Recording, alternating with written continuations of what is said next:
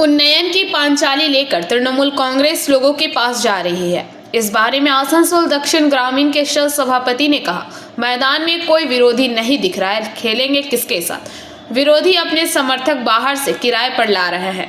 जनता ममता बनर्जी के विकास कार्यों को देखकर वोट देगी। दूसरी ओर आसनसोल के बोरो चेयरमैन ने कहा, जनता का अंगीकार दीदी चौथी बार। उनका दावा है कि पश्चिम बर्धमान की 9 सीटों पर तृणमूल जीतेगी। बहुत डिस्टर्ब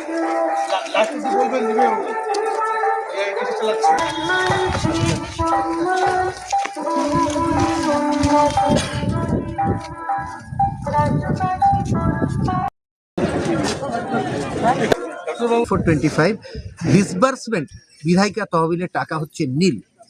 একজন বিধায়িকা যখন তার নিজের উন্নয়নের টাকা মানুষের উন্নয়নের জন্য খরচা করতে পারেন না, সেখানে তার মৌলিক কোনো অধিকার থাকে না মানুষের কাছে ভোট চাওয়ার।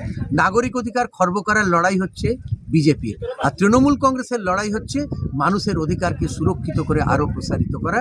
সেইটাই আমাদের দলনেত্রী মাননীয় মমতা বন্দ্যোপাধ্যায় এবং আমাদের দলের সর্বভারতীয় সাধারণ সম্পাদক ডায়মন্ড হারবারের মাননীয় সাংসদ অভিষেক বন্দ্যোপাধ্যায়ের লক্ষ্য, এবং সেই লক্ষ্যেই আমরা কাজ করে যাচ্ছি। তো ভোটের দামামা বেজে গেছে। একদিকে বিরোধীরা বলছে 2026-এ আসছি, এবার আমাদেরই সরকার হচ্ছে। আপনারাও বলছেন চতুর্থবার তৃণমূল মমতা ব্যানার্জি মুখ্যমন্ত্রী হচ্ছেন, কিভাবে দেখছেন এটা? প্রথমেই বলি, জনতার অঙ্গীকার দিদি চতুর্থবার। দিদি আছে রাত দিন সব দিন প্রতিদিন, বাকি সব বাদ দিন।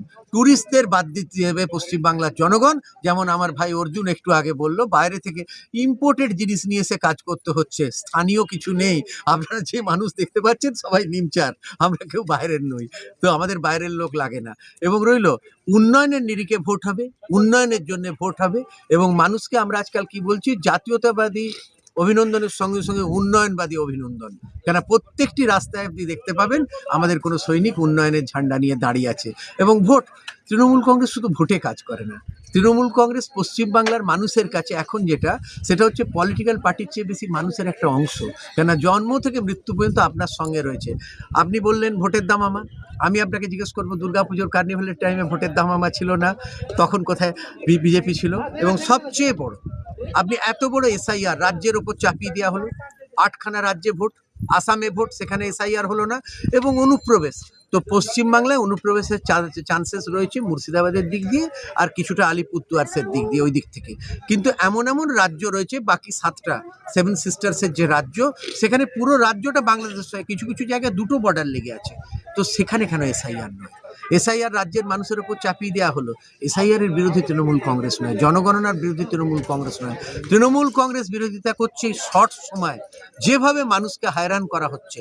এবং আমরা দেখেছি পুরো ভারতবর্ষের মানুষকে, প্রথম হলো নোটবন্দি, আধারের সঙ্গে প্যান লিঙ্ক, প্যানের সঙ্গে আধার লিঙ্ক, কিছু না কিছু একটা লিঙ্ক ডিলিঙ্ক এই চলছে। এই প্রসেসটার আমরা বিরোধী। মানুষের হয়রানি, কত মানুষ মারা গেছে নোটবন্দির লাইনে।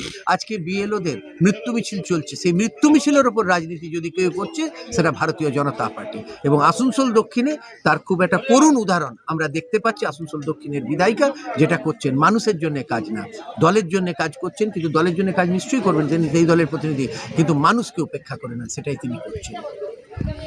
हमारे मुख्यमंत्री ममता बनर्जी को आने के बाद सारा पश्चिम बंगाल के लोगों के लिए जो उन्नयन का काम उन्होंने जो स्पीड से किया है, उसी को बस जन जन तक पहुंचाना और हर इलाके में जा कर के जानकारी भी लेना कि दीदी का उन्नयन सही ढंग से सही जगह पहुंचा है। हम लोग को मालूम ही है कि आसनसोल साउथ विधानसभा में 3 टीम बनाया गया है। तीनों टीम को अलग अलग जिम्मेवारियाँ दी गई हैं। उसी जिम्मेवारी को हम लोग पूरा करने का कोशिश में हैं। तो ये जरूरत क्या क्यों पड़ी जो आपका? इसलिए पड़ा क्योंकि देखिए, हम लोग तो बहुत बड़ा पार्टी उस ढंग से नहीं है जिसका बहुत ज़्यादा फंडिंग।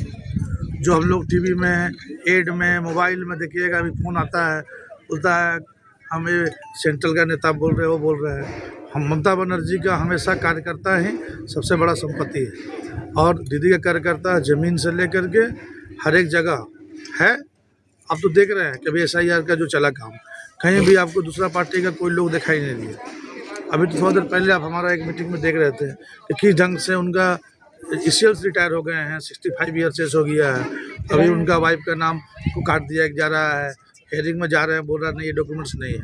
तो डॉक्यूमेंट्स नहीं है तो कैसे ईसीएल में इतना दिन 42 ईयर जॉब किए हो, किस ढंग से उनका पेंशन भर दिया गया, बैंक में अकाउंट रहा, नॉमिनी में हस्बैंड होते तो वाइफ का नाम होगा, सब कुछ रहा, लेकिन इस टाइम में उनको परेशानी किया जा रहा है। रानीगंज से सम्राट दास की रिपोर्ट, पीबीटीवी न्यूज़।